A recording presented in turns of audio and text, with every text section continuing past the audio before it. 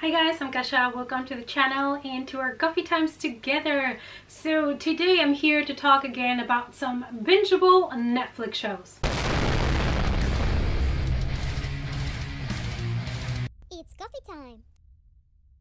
So in my last video, I did comment on some of my favorite shows on Netflix that are also fairly bingeable in case you needed some ideas of some shows to watch now that we are spending more time at home.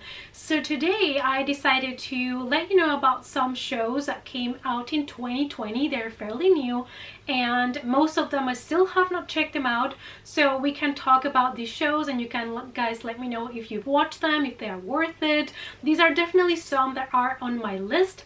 There's a couple that I've already started watching, so let's talk about them. The first one is October Faction. This is a show, first season, 10 episodes, and it is based on the graphic novels by the same name. I have not read the graphic novels, but when I watched the trailer of this series, it kind of gave me, you know, the vibes of Buffy and Angel, where it's kind of like hunting monsters but in a fun way, and the CGI didn't seem like the very best, but it sounded like fun.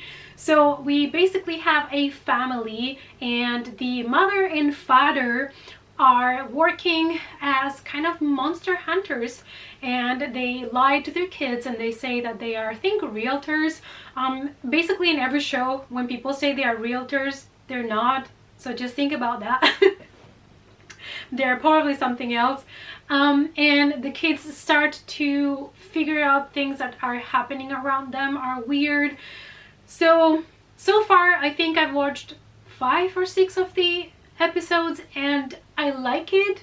It's not super addictive, but it's definitely something fun to watch while you're stuck at home. Next we have actually one that is kind of like a family drama, and that is Spinning Out, and this season had 10 episodes and it was released in January, and in February Netflix already canceled it, and I was so mad. So many people were so mad. They started this hashtag in Twitter to try to save the show because a lot of us really enjoyed it. I binged all the episodes in like 1.5 days. I was so addicted to it because it was something different from what I had watched before on Netflix, and I really loved all the representation on the show, and I was so sad that they decided to cancel it.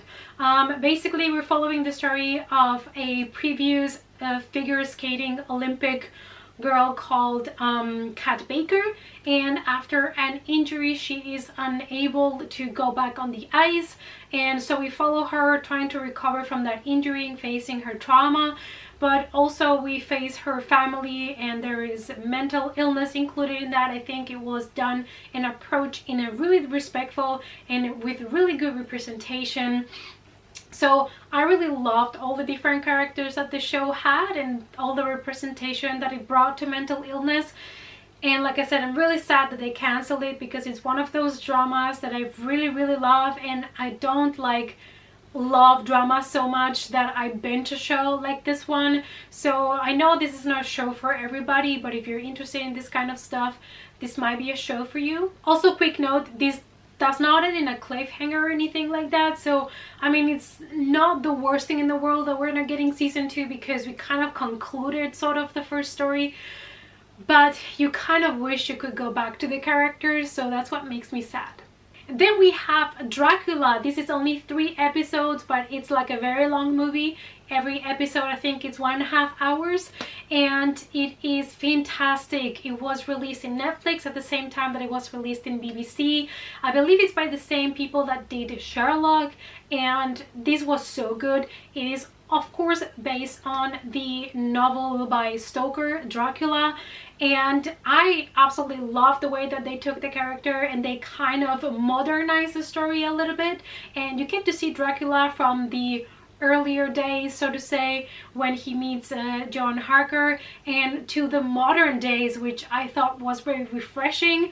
And there's a couple of new things that are coming to the character and to vampirism that I really appreciated, that they didn't just make the same ABC kind of story, and they took a risk, and for me it worked. So if you're looking for a great 4.5 hours Dracula story, binge this. Now we're gonna move to the shows that are new on Netflix and I still have not watched, so maybe you guys can help me decide which ones to binge. The first one is called Ragnarok. So we have season 1 with a total of 6 episodes.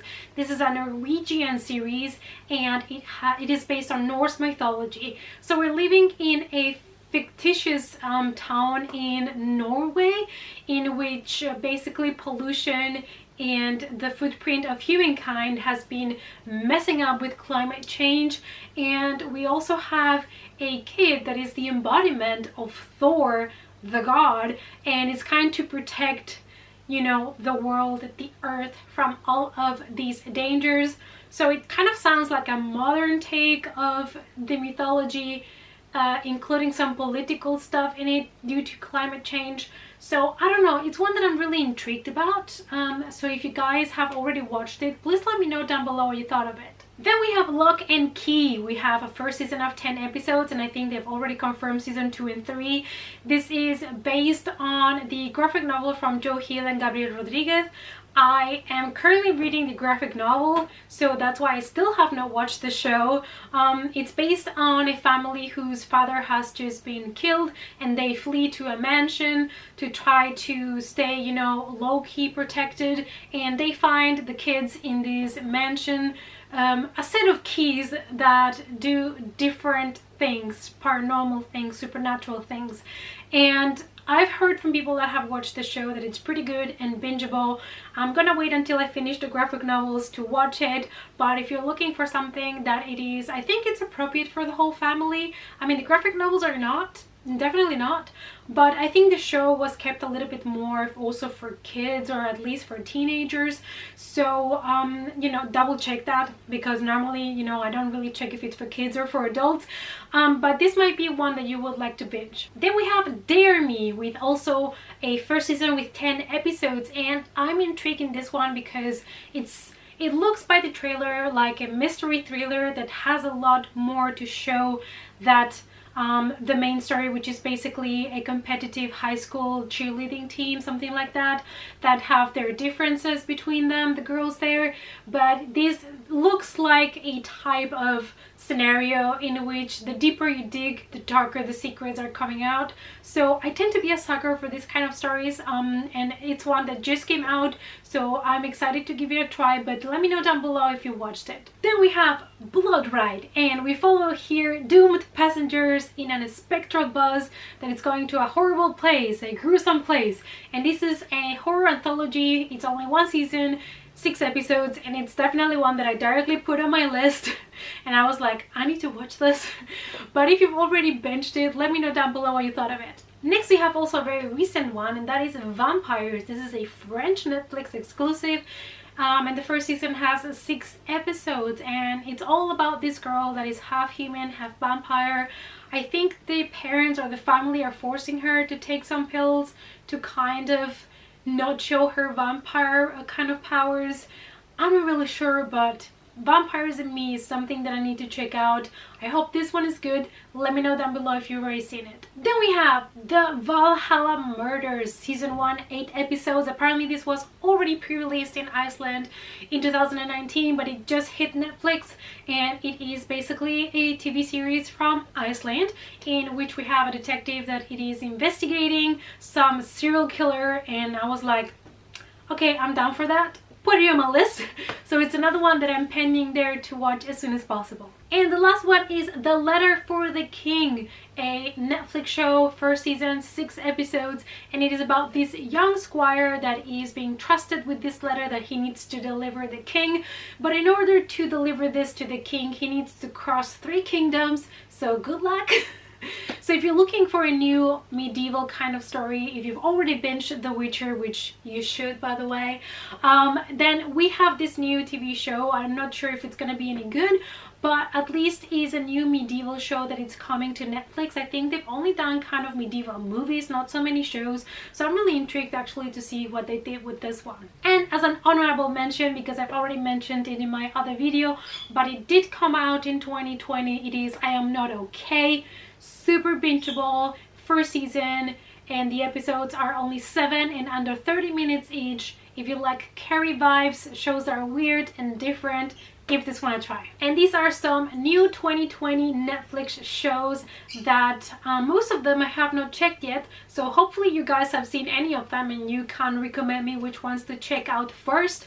I do have some free time. I'm still working from home, but I of course have a little bit more free time than usual since we are in isolation. Hope you are all staying safe at home and hope that also all your loved ones are safe. But you know, in these times I think it's also good to focus in other nice positive things like binging shows, which we all love. So let's discuss these new shows in the comments down below. Thanks so much for watching. Please give the video a big thumbs up for support, and if you want to follow me on the social media, the links as always are in the description box down below, and I hope to see you all in the next coffee time. Bye.